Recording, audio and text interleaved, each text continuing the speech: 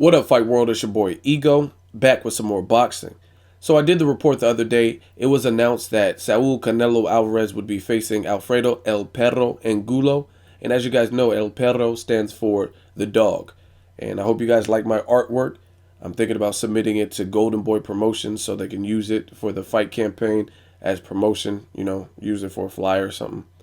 And one thing I'm disappointed, I will say I am disappointed with, is Alfredo Angulo has been on record. He did an interview and he stated he has not even received his contract.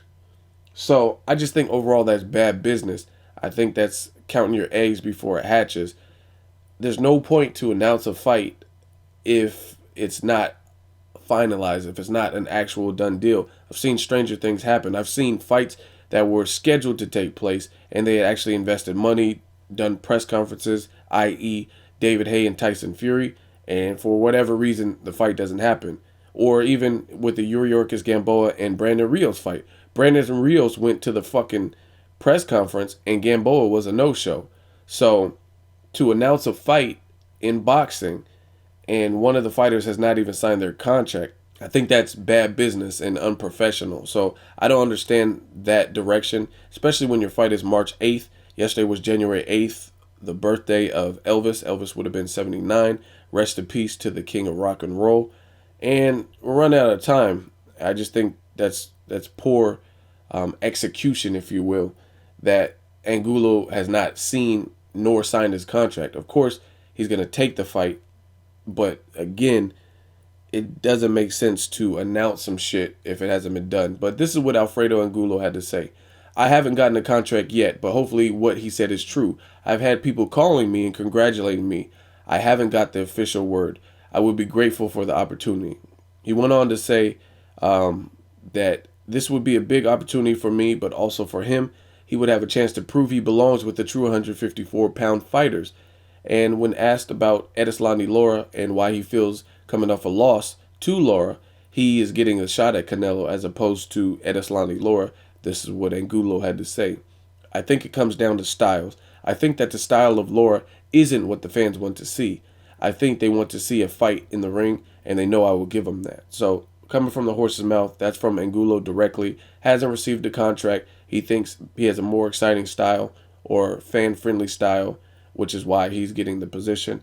As far as the fight, like I said, I just think it's unprofessional that it's announced before the contract is signed.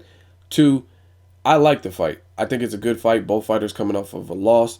Angulo's loss wasn't like anything to hold his head low. He gave Edeslani Lara problems, and we've seen Edeslani Lara in against a good, slick boxer in Austin Trout, and he dominated. And there's no way you could say Edeslani Lara dominated Angulo in that same fashion. Plus, Angulo's with Virgil Hunter. I'm anxious to see what kind of game plan they would come up with. And we know, at the very least, slow or not, Angulo packs a punch, and he cuts off the ring well.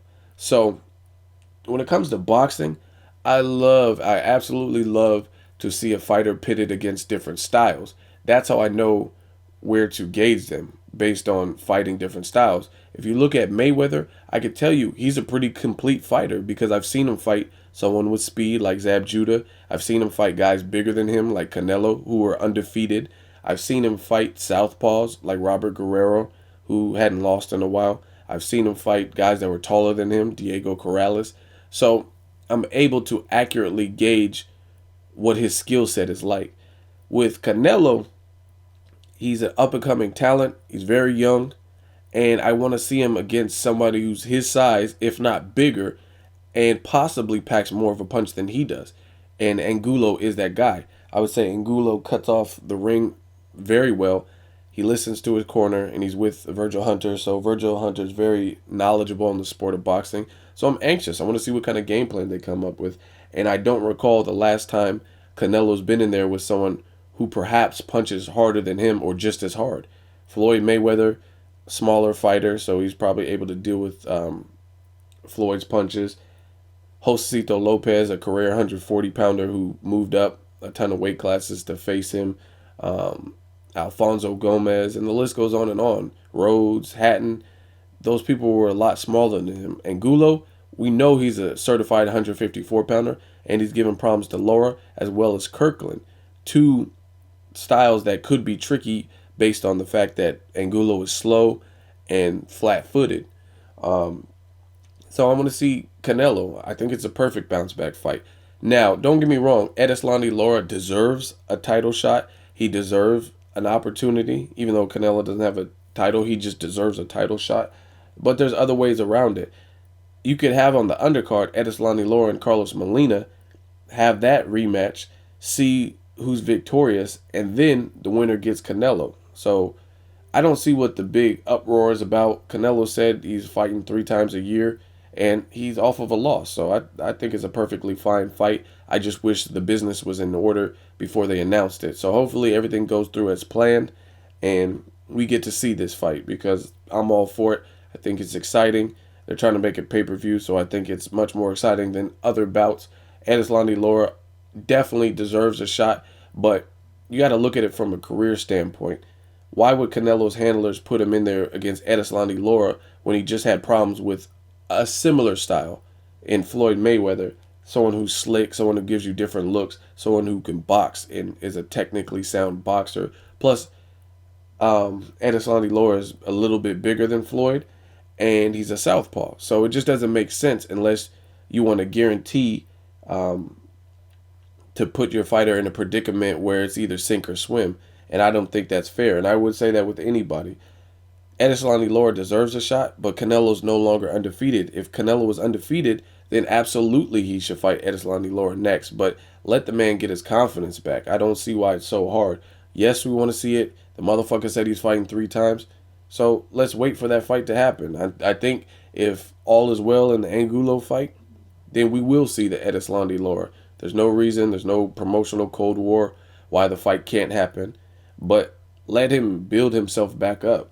You don't have to, like, same with Lucas Matisse. You got a title shot with Danny Garcia, and that's like saying, oh, he goes up for a title shot against Marcos Maidana and moves up in weight.